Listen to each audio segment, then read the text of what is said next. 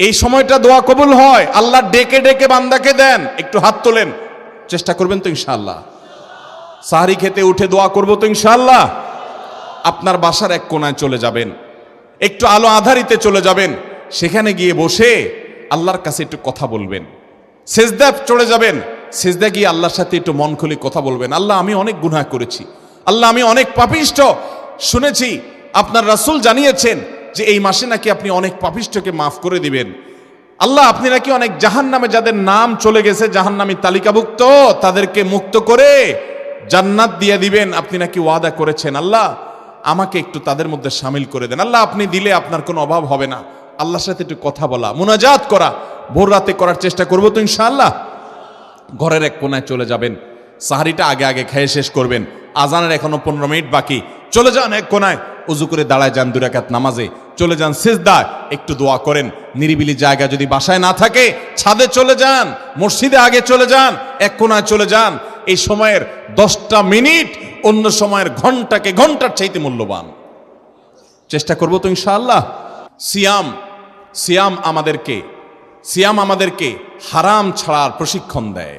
সিয়াম আমাদেরকে বলে তোমার যা মনে চায় তা করতে পারবা না। অনেক অবৈধ কাজ করার সুযোগ আসে, তোমার মনেও চায়, কিন্তু করা যাবে না।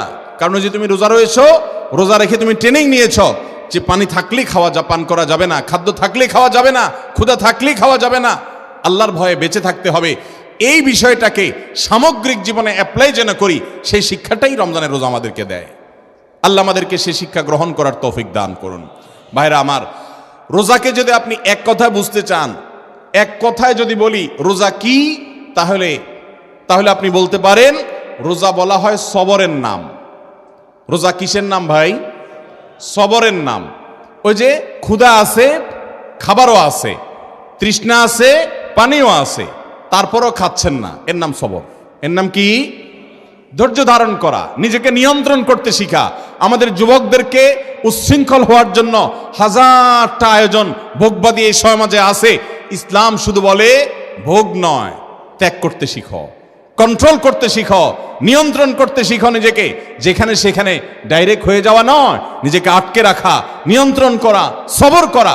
সবর মানে শুধু বিপদে ধৈর্য ধারণ করার নামই সবর নয়। সবর মানে নিজেকে যে কোনো কাজে আবদ্ধ করে ফেলা, এটা হলো সবর। ভাইরা আমার, জীবনের সাফল্য, আখিরাতের সাফল্য তো বটে, দুনিয়ার সাফল্য সবর ছাড়া কোনোদিন সম্ভব হতে পারে?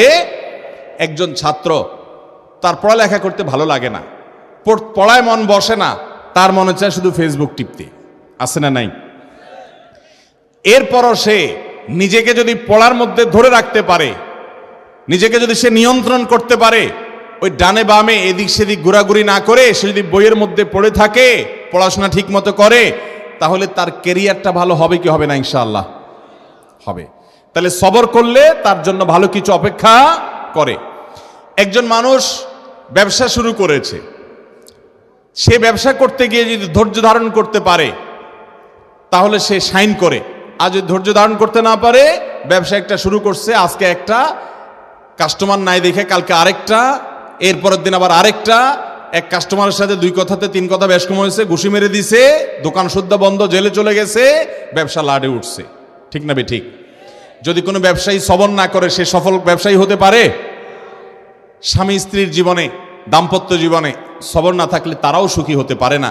চুনের থেকে নুন খসলেই যদি বউকে তালাক মেরে বসে থাকেন, গায়ে হাত তুলে বসে থাকেন, জুলুম করে বসে থাকেন, দাম্পত্য জীবনে সুখ হবে? অনেক কিছু মনের বাইরে হবে, সহ্য করতে হবে, তাহলে সুখ পাওয়া যাবে। এভাবে গোটা জীবনের প্রত্যেকটা পরতে পরতে, প্রতিটা স্তরে স্তরে আপনি দেখবেন সবর ছাড়া মানুষ কখনো সুখী হতে পারে?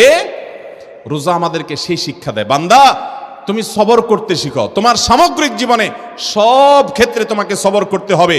ও যুবক, সমস্ত তোমার বন্ধুরা সব হারাম সম্পর্ক রিলেশন করে, অনেক মেয়েদের সাথে বিবাহ বহির্ভূত সম্পর্ক জড়িয়ে যায়, সবাই হারাম আনন্দ ফুর্তি করে। তোমার মন চায়, সুযোগও আছে, কিন্তু তোমাকে সবর করতে হবে, তোমাকে অপেক্ষা করতে হবে বৈধ স্ত্রীর জন্য। হারাম পথে উপার্জন সবাই করে, তুমিও চাইলে করতে পারো, করার প্রয়োজনও তোমার হয়তো আছে, আবার সুযোগও আছে, কিন্তু না, সবর করো, নিজেকে দূরে রাখো, একটু অপেক্ষা করো। সবর করতে কষ্ট হয়, কিন্তু সবর করার পর সবুরে মেওয়া ফলে। সবুরে মেওয়া কি সাথে সাথে ফলে? সবুরে মেওয়া ফেলতে হলে অপেক্ষা করা লাগে, ধৈর্য ধারণ করা লাগে। আল্লাহ আমাদের সবাইকে সেভাবে ধৈর্য ধারণ করার তৌফিক দান করুন। তাহলে ভাইরা আমার, গোটা জীবন জুড়ে আমরা এই সিয়াম সাধনার মাধ্যমে এখান থেকে শিক্ষা গ্রহণ করে তাকওয়ার চর্চা, হারাম কাজ ছাড়ার চর্চা, এটার ট্রেনিং, এটার অনুশীলন, এটার রিহার্সেল, এটার প্রশিক্ষণ, এটার শিক্ষা এবং দার্স আমরা রমজানের রোজা থেকে গ্রহণ করব ইনশাআল্লাহ। চেষ্টা করব তো সবাই। এবং রমজানের এই রোজা থেকে শিক্ষা নিয়ে আমাদের জীবনের সামগ্রিক জীবনের যে রোজা আছে সেটাতে আমরা এটাকে অ্যাপ্লাই করব। রমজানের রোজার সাথে জীবনের সামগ্রিক রোজার একটা অমিল আছে। সেই অমিলটা হলো, রমজানের রোজা যদি ভেঙে যায়, রমজানের রোজা যদি ভেঙে যায়, সেটা কি আর জোড়া লাগানো যাবে? যাবে না, সেটা কাজা করা যাবে, কিন্তু এই রোজাটা আর জোড়া লাগানো যাবে। কিন্তু জীবনের রোজা যদি ভেঙে যায়, আপনি কখনো গুনাহ করে ফেলেছেন, হারাম করে ফেলেছেন, রোজাটা ভেঙে গেছে জীবনের, এটা জোড়া লাগানো যায়। আর সেই জোড়া লাগানো আঠার নাম কি? তাওবা। সেই জোড়া লাগানো আঠার নাম কি? আপনি যদি গুনাহ করার পর তওবা করেন, তওবা বুঝেন ভাই? তওবা শব্দের অর্থ হলো ফিরে আসা। তওবা শব্দের অর্থ কি ভাই? ফিরে আসা। মানে আমি একটা হারাম সম্পর্কে ছিলাম, ছেড়ে আমি হালালে আসলাম। আমি অবৈধ উপার্জন করতাম, ওটা ছেড়ে এখন হালাল পথে আসলাম। এই ফিরে আসাটার নাম হলো তওবা।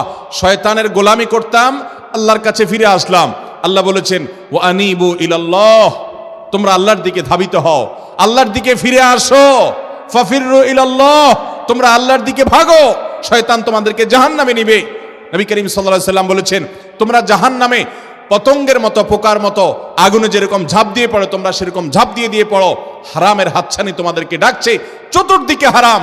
শিক্ষা প্রতিষ্ঠানে যাবেন, ব্যবসা বাণিজ্য করতে যাবেন, চাকরি বাকরি করতে যাবেন, বিদেশে যাবেন, চাষাবাদ করতে যাবেন, সমাজে বসবাস করতে যাবেন, রাজনীতি করতে যাবেন, যেখানে যাবেন হারামের হাতছানি।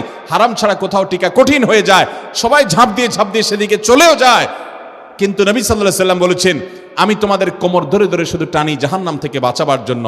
এটাই নবীদের ডিউটি। আলেমরা সেই ডিউটিটা পালন করেন। এই ডিউটি পালন করার পর অল্প সংখ্যক মানুষ বাঁচতে পারে, এই লোকগুলো জান্নাতি হয়। আর বেশিরভাগ লোক গড্ডালিকায় এবং স্রোতে গা ভাসিয়ে দেয়, তারা জাহান্নামী হয়। আল্লাহ আমাদেরকে জান্নাতি হওয়ার তৌফিক দান করুন। আমরা রমজানের রোজা থেকে তওবার শিক্ষা গ্রহণ করব তো ইনশাআল্লাহ। আমরা রমজানের রোজা থেকে সবরের শিক্ষা গ্রহণ করব তো ইনশাআল্লাহ। আমরা রমজানের রোজা থেকে তাকওয়ার শিক্ষা গ্রহণ করব তো ইনশাআল্লাহ। আল্লাহ আমাদের সবাইকে মুত্তাকি হওয়ার তৌফিক দান করুন, সিয়ামের উদ্দেশ্যকে বুঝার তৌফিক দান করুন, সিয়ামের উদ্দেশ্য হাসিল করার তৌফিক দান করুন। রমজান শেষে যেন আমি মুত্তাকি হতে পারি, সেই তৌফিক আল্লাহ তাআলা দান করুন। রমজান মাস চলে গেছে, আপনি কোনো গুনাহ ছাড়তে পেরেছেন কিনা, কোনো বদঅভ্যাস ছাড়তে পেরেছেন কিনা, কোনো ভালো কাজ শুরু করতে পেরেছেন কিনা, এটা প্রমাণ করবে আপনার সিয়াম সাধনা সার্থক হয়েছে নাকি ব্যর্থ হয়েছে। আপনি যদি রমজান শেষে দেখতে পারেন যে হ্যাঁ, আমার ধূমপান করার বদঅভ্যাস ছিল, আমি রমজানে আল্লাহর ভয়ে এটা ছেড়ে দিয়েছি, আর ধরি নাই, আলহামদুলিল্লাহ, আপনার সিয়াম সাধনা সার্থক। আমি রমজানে তওবা করেছি, হারাম সম্পর্কে আর যাব না, আমি রমজানে তওবা করেছি, হারাম উপার্জন আর করব না, এটা যদি আপনি ধরে রাখতে পারেন, তাহলে আপনি সুধারণা করতে পারেন যে আমার রমজানের সিয়াম সাধনা সার্থক। কারণ আল্লাহ বলেছেন, লাআল্লাকুম তাত্তাকুন, রোজা দেওয়াই হয়েছে যাতে রোজা রেখে তুমি মুত্তাকি হতে পারো। রমজান শেষে আপনার তাকওয়া এটা উন্নতি হয়েছে কিনা, আপনি মুত্তাকি হিসাবে আগে বাড়তে পেরেছেন কিনা, এটি নির্ভর করবে আপনার রোজা, আপনার রমজান সার্থক হয়েছে কিনা। আল্লাহ রাব্বুল আলামিন ও আরশে আজিমের মালিক আমাদের সবাইকে আপনি আমাদের রোজাটাকে সার্থক করার তৌফিক দান করুন। ভাইরা আমার, রোজা যদি সার্থক না হয়, রমজানটা যদি সার্থক না হয়, লস অনেক বেশি হয়ে যাবে। কি লস হবে জানেন? নবী করিম সাল্লাল্লাহু আলাইহি সাল্লামের কাছে জিবরিল এসে বলেছেন, বাউদা মান আদরাকা রমাদান ওয়া লাম ইগফার লাহ, ওই কপাল পোড়া ধ্বংস হোক যে রমজানের মতো এরকম বিশাল বড় সুযোগ পাইছে, তারপরও আল্লাহর কাছে চোখের পানি ফেলে দোয়া করে, কান্নাকাটি করে, ইস্তেগফার করে, তওবা করে তার আগের গুনাহগুলোকে মাফ করাইতে পারে নাই। এই কপাল পোড়া ধ্বংস হোক, বদদোয়া করেছেন জিবরিল। নবী সাল্লাল্লাহু আলাইহি সাল্লাম বলেছেন আমিন। অর্থাৎ সে ধ্বংস হবে, তার অনিবার্য ধ্বংস, যদি কেউ রমজান পাওয়ার পরেও ক্ষমা না পায়। এই রমজান যে আমার জীবনের শেষ রমজান না, তার কোনো গ্যারান্টি আছে ভাই? অতএব আসুন নিয়ত করে ফেলি, এবারে রমজানের প্রতিটা দিনকে আমি তাকওয়া দিয়ে সাজাবো। কোনো হারাম কাজ রমজানে করব, সকল হারাম কাজ সারা জীবনের জন্য ছাড়ার প্রতিজ্ঞা রমজানের রোজা থেকে গ্রহণ করব ইনশাআল্লাহ। চেষ্টা করবো তো ইনশাআল্লাহ। আল্লাহ আমাকে আপনাকে আমাদের সবাইকে আমলের তৌফিক দান করুন। জাযাকুমুল্লাহ।